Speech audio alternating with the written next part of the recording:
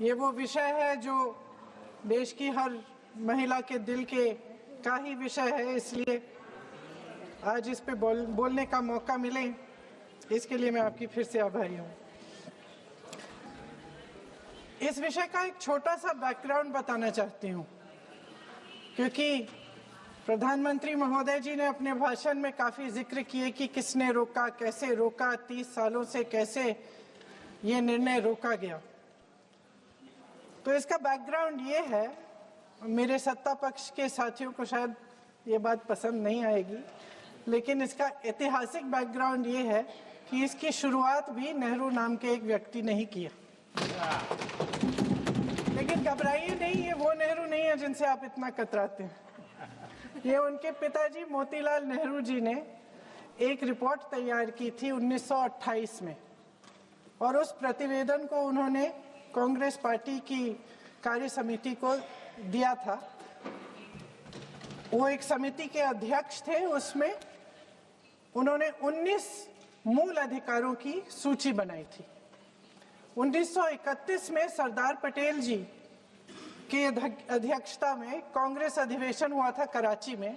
उस कराची अधिवेशन में इस प्रस्ताव को पारित किया गया और वहीं से ये शुरुआत हुई कि महिलाओं का समान अधिकार हमारे देश की राजनीति में शामिल हुआ। उसी समय 1 वोट 1 सिटीजन 1 वैल्यू का सिद्धांत भी हमारी राजनीति में स्थापित हुआ। आपको ताज्जुब होगा ये जानकर कि जबकि इस सिद्धांत की वजह से हमारे देश में महिलाओं को वोट देने का अधिकार आज़ादी के पहले दिन से मिला, अमेरिका जैसे देश में ये अधिकार उन्हें इस अधिकार के लिए 150 साल इंतजार करना पड़ा, संघर्ष करना पड़ा। हमारे देश की राजनीतिक व्यवस्था में महिला आरक्षण लागू करना भी दुनिया में एक ऐसा ही अनोखा कदम था। पंचायतों और नगर पालिकाओं में 33% आरक्षण का प्रावधान भी भारतीय राष्ट्रीय कांग्रेस की सरकार ने स्वर्गीय राजीव गांधी जी के नेतृत्व में सदन पटल पर पहली बार पेश किया, मगर उस समय ये प्रावधान पारित नहीं हो पाया। आज आदरणीय प्रधानमंत्री महोदय जी ने भी इसका जिक्र किया, लेकिन हमेशा की तरह उन्होंने आधी बात बोल दी। उन्होंने कहा, सदन को ये बताया कि विरोध करने वाले कौन थे, उन्होंने ये नहीं बताया। उन्होंने कहा कि इसका विरोध हुआ, कौन किसने विरोध किया और नहीं बताया।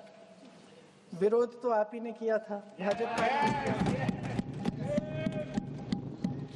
कुछ सालों बाद स्वर्गीय श्री पीवी नरसिम्हा राव जी के नेतृत्व में कांग्रेस सरकार ने इस कानून को सदन में पारित करके लागू किया।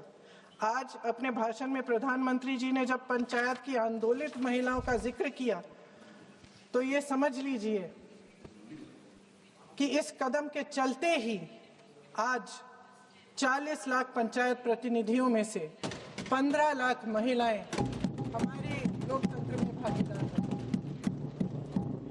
2018 में आदरणीय श्री राहुल गांधी जी ने मोदी जी को एक पत्र लिखा, और उस पत्र में उन्होंने कहा कि ये महिला का जो आरक्षण है ये 2019 तक लागू हो जाना चाहिए।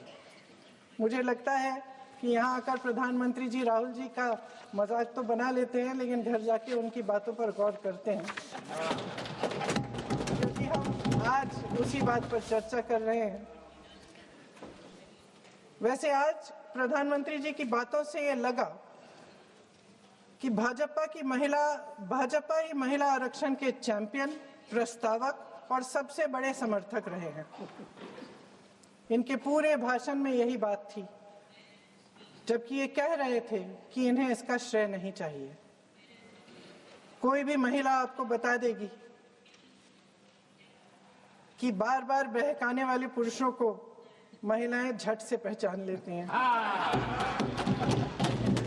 थोड़ी सावधानी बरत लीजिए, पकड़े जाएंगे। आखिर जब 2023 में राहुल जी के पत्र को पढ़ने के कुछ सालों बाद,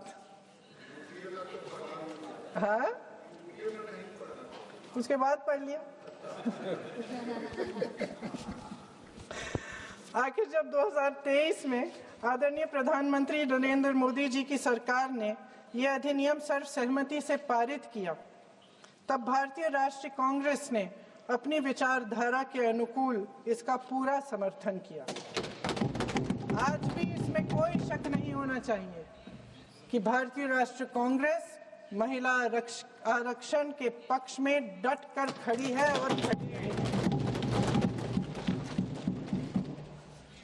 लेकिन अध्यक्ष महोदय, सच्चाई ये है कि आज की चर्चा दरअसल महिला आरक्षण पर है ही नहीं। जो विधेयक के सरकार ने पेश किया है, उसका प्रारूप हमने पढ़ा, उससे पूरी चर्चा ही बदल गई है। उनकी सरकार के इस विधेयक का सार सुनिए। सबसे पहले इसमें लिखा है कि संसद में महिला आरक्षण 2029 तक लागू होना चाहिए। अब सहमत है। फिर कहा गया है कि इसे लागू करने के लिए लोकसभा सदस्यों की संख्या 50% बढ़ानी पड़ेगी। मतलब कि सीटों की संख्या 543 से बढ़कर 850 तक बनानी पड़ेगी, बढ़ाई जाएगी। और इन सीटों को बढ़ाने के लिए एक परिसीमन आयोग बनाया जाएगा जो 2011 की जनगणना को आधार बनाकर ये कार्य करेगा। ऊपर से इसमें कोई आपत्तिजनक बात नहीं लगती, मगर इसे गहराई से समझा जाए तो इसका असली मकसद उभरता है। वह राजनीति की बू जिसका जिक्र प्रधानमंत्री महोदय ने किया, वह राजनीति की बू इसमें पूरी तरह से घुली हुई है।